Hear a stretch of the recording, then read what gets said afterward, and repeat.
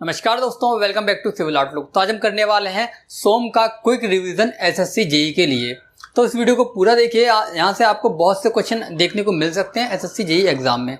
तो चलिए फटाफट बात करते हैं पूरी सोम के बारे में। तो सबसे इम्पॉर्टेंट है वो है आपका पॉइजन रेशियो। पॉइजन रेशियो क्या होता है? Poisson ratio is nothing but lateral strength to the linear strength का रेशियो होता है। ओके, इसकी जो रेंज होती है वो इम्पॉर्टेंट है। इसकी रेंज होती है 0 से लेके 0.5 तक। 0 होती है आपकी कॉर्क के लिए, 0.1 से 0.2 होती है कंक्रीट के लिए, और 0.25 से लेके 0.33 होती है स्ट्रक्चरल स्टील के लिए, और 0.5 होती है परफेक्ट प्लास्टिक मटेरियल यानी कि रबर के लिए। ओके, अब बात करते हैं आइसोट्रोपिक के लिए वैल्यू कितनी होती है 9, ऑर्थोट्रोपिक के लिए वैल्यू कितनी होती है 2, एनाइसोट्रोपिक के लिए कितनी होती है 21। ठीक है, ये थोड़ा मैंने कॉम्पैक्ट किया है इसको क्योंकि इंपॉर्टेंट चीजें रखी हैं जिसमें बच्चों को कंफ्यूजन होता है और जो एग्जाम में ज्यादातर आती हैं। ठीक है, और पिछले साल जो क्वेश्चन आया था, ये कॉन्सेप्ट आया था, इसके बारे में हम लोग पूरा डिटेल में बात करेंगे। ओके, तो म्यू का फॉर्मूला क्या होता है 3 kg - 2g upon 6k + 2g। ये बहुत इंपॉर्टेंट है जितने भी फॉर्मूले हैं। ठीक है, E = होता है 9 kg + 3k + g। E क्या है अपना इलास्टिक मॉडुलस, K क्या है अपना बल्क मॉडुलस, G क्या अपना share modulus. E = 2g 1 + μ, E = 3k 1 - 2 μ। Okay, अब बात करते हैं थर्मल स्ट्रेस की। ओके, थर्मल स्ट्रेस की कंडीशन में क्या फॉर्मूला होता है? जब आप हीट करते हो किसी भी मटेरियल को तो उसमें जो डिफ्लेक्शन होता है या फिर कह सकते हैं आप एलोंगेशन होता है, वो होता है आपका L-α-ΔT, L-α-ΔT। ठीक है, और थर्मल स्ट्रेस होती है आपकी E-α-ΔT। ये दोनों याद रखने बहुत इंपॉर्टेंट है। और ट्रू स्ट्रेन और ट्रू स्ट्रेस भी बहुत इंपॉर्टेंट हो जाते हैं इन दोनों को देखें तो हम लोग। तो ट्रू स्ट्रेस का फॉर्मूला होता है स्ट्रेस इंटू 1 + इंटू स्ट्रेन। ठीक है, ये ट्रू स्ट्रेस है, ये नॉर्मल है। ओके, जो हम लोग ओरिजिनल क्रॉस सेक्शनल एरिया पे कैलकुलेट करते हैं। इसी तरह ट्रू स्ट्रेन का फॉर्मूला क्या होता है ln यानी कि लॉग, ठीक है, final length upon initial length. Okay, ये आपको याद रखना है। अब बात करते हैं कि पिछले एग्जाम में ये कॉन्सेप्ट आया था ओवर हैंगिंग बीम का, इसके कितने केसेस बन सकते हैं। ठीक है, पिछली बार एग्जाम में आ चुका है क्वेश्चन, तो इस बार भी चांसेस हैं कि इस कॉन्सेप्ट से एक नया क्वेश्चन आपका आ सकता है। ओके, पहले बात करते हैं इसके 3 केस होते हैं मेजर। कितने केस होते हैं इसके? 3 केस होते हैं। पहला केस जो होता है वो होता है आपका कि बीम की ये कंडीशन, ये सेंटर टू सेंटर जो डिस्टेंस है बीम के वो L, जो ओवर हैंगिंग लेंथ है वो है A, इधर भी है, यानी कि एक तरह से कह सकते हैं इसकी जो लोडिंग है वो सिमेट्रिकल लोडिंग है। ओके, अब आपसे एक केस पूछा जाता है कि बताइए कि A की वैल्यू क्या होगी या फिर L की वैल्यू क्या होगी, या फिर इनका रिलेशन पूछा जाएगा कि बेंडिंग मोमेंट पॉजिटिव हो, नेगेटिव हो, 0 हो या फिर मिनिमम हो। तो पहले बात करते हैं, अगर L की वैल्यू ग्रेटर देन 2 A के तो बेंडिंग मोमेंट क्या होगा बीच में? पॉजिटिव। ओके, अगर L की वैल्यू = 2A है तो बेंडिंग मोमेंट बीच में क्या होगा? 0। ओके, अगर L की वैल्यू < 2A है तो बेंडिंग मोमेंट बीच में क्या होगा? नेगेटिव। ओके, तो ये तीनों केस बहुत ज़्यादा इंपॉर्टेंट हो जाते हैं आपके एग्जाम के रिगार्डिंग। ओके, अब बात करते हैं बेंडिंग मोमेंट के। ये 2 फॉर्मूले इंपॉर्टेंट है कि मोमेंट का हम लोग डिफरेंशिएट करेंगे तो हमको शेयर फोर्स मिलेगा, और शेयर फोर्स का करेंगे तो हमको उसके रिगार्डिंग लोड मिलेगा।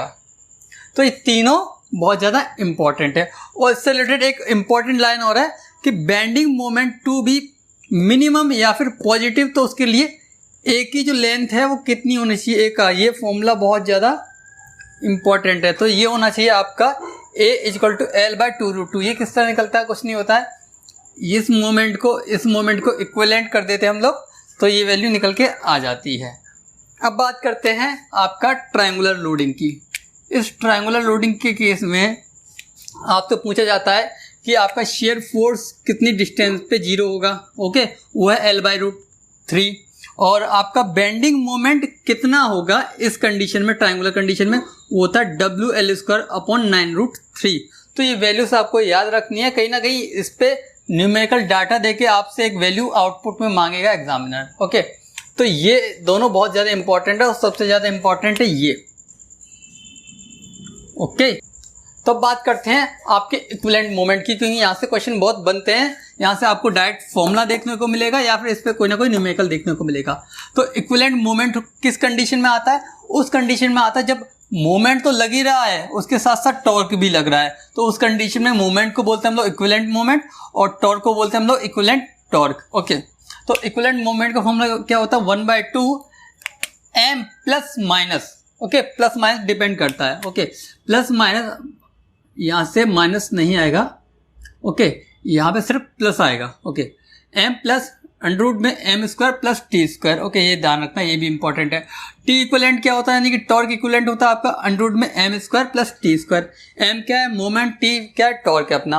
और सबसे ज़्यादा इंपॉर्टेंट ये दोनों फॉर्मूले, ठीक है, आपका इस दोनों की कंडीशन में जब आपका टॉर्क भी लग रहा है और मोमेंट भी लग रहा है तो आपकी प्रिंसिपल स्ट्रेस, मेजर स्ट्रेस और माइनर स्ट्रेस क्या होगी? तो मेजर के लिए प्लस ले लेंगे, माइनर के लिए हम लोग माइनस ले लेंगे। तो इसका फॉर्मूला होता है 16/πdq इंटू ब्रैकेट में m plus minus under root में m square plus t square. Okay, यही 16/πdq यहाँ पे आ जाता है टाउ मैक्स की कंडीशन में, जब शेयर स्ट्रेस मैक्सिमम कितनी होती है उसका फॉर्मूला पूछा जाएगा आपसे।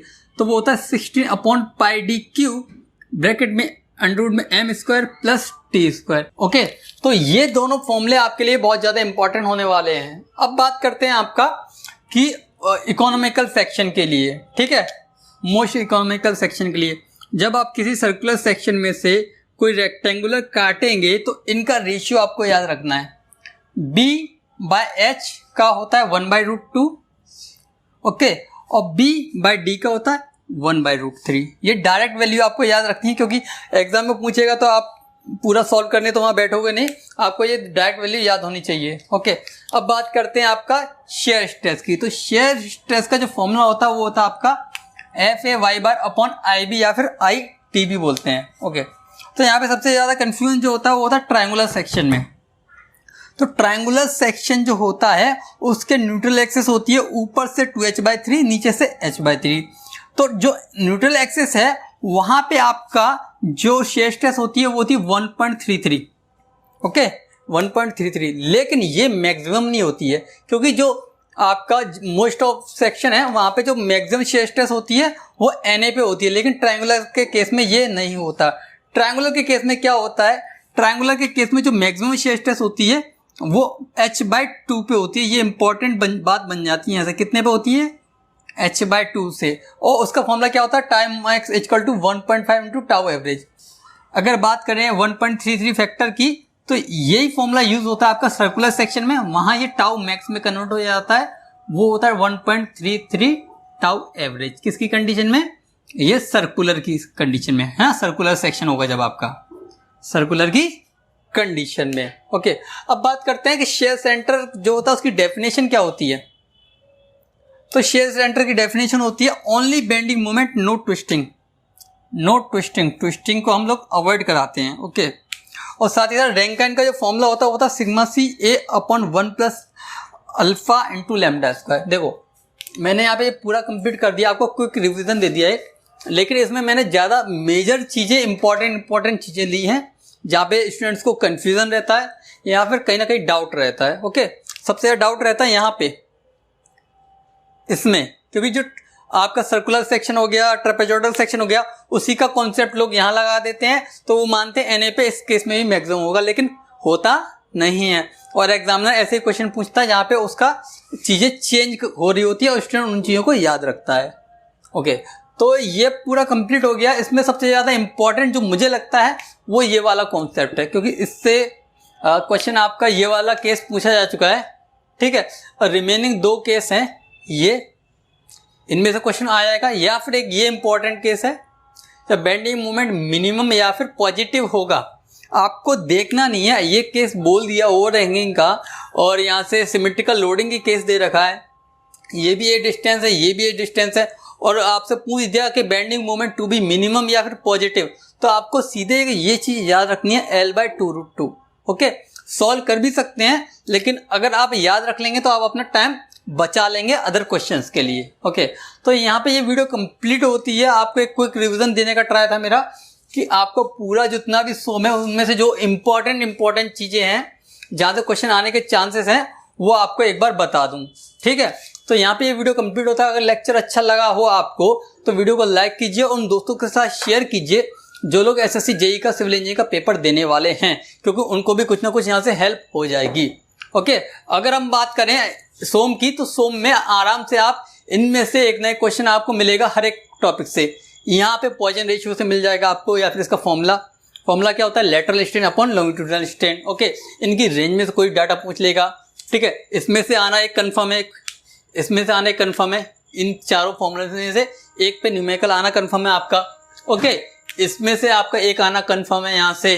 ओके, और बेंडिंग मोमेंट में तो इसी कॉन्सेप्ट पे पूरा फोकस है कि यहाँ से आएगा ही आएगा क्वेश्चन। ओके, और इक्विवेलेंट की बात करें अगर, तो इन चारों में से एक आपका कन्फर्म है यहाँ पे। ओके, और इसमें बात करें तो यहाँ कॉलम में से आपका लेंथ के केस पे बनता है ज़्यादातर, तो लेंथ के केस पे ही बनेगा। यहाँ पे ये फॉर्मूले आने के चांसेस कम है, लेकिन जो कम आता है वही कभी कभी ज़्यादा पूछ लिया जाता है। ओके, और ये चीज़ें आपके लिए इम्पोर्टेंट है। तो यहाँ से हर एक पे से आपको एक दो क्वेश्चन देखने को मिलते हैं, और एक एक क्वेश्चन करके आपका बहुत ज़्यादा मार्क्स कंटेन हो जाता है, और एक एक नंबर आपकी कट ऑफ भी डिसाइड करते हैं। ओके, तो यहाँ पे ये लेक्चर कंप्लीट होता है। अगर लेक्चर अच्छा लगा तो वीडियो को लाइक कीजिए, चैनल को सब्सक्राइब कीजिए और अपने दोस्तों के साथ शेयर कीजिए। Till then be happy, keep learning and keep smiling.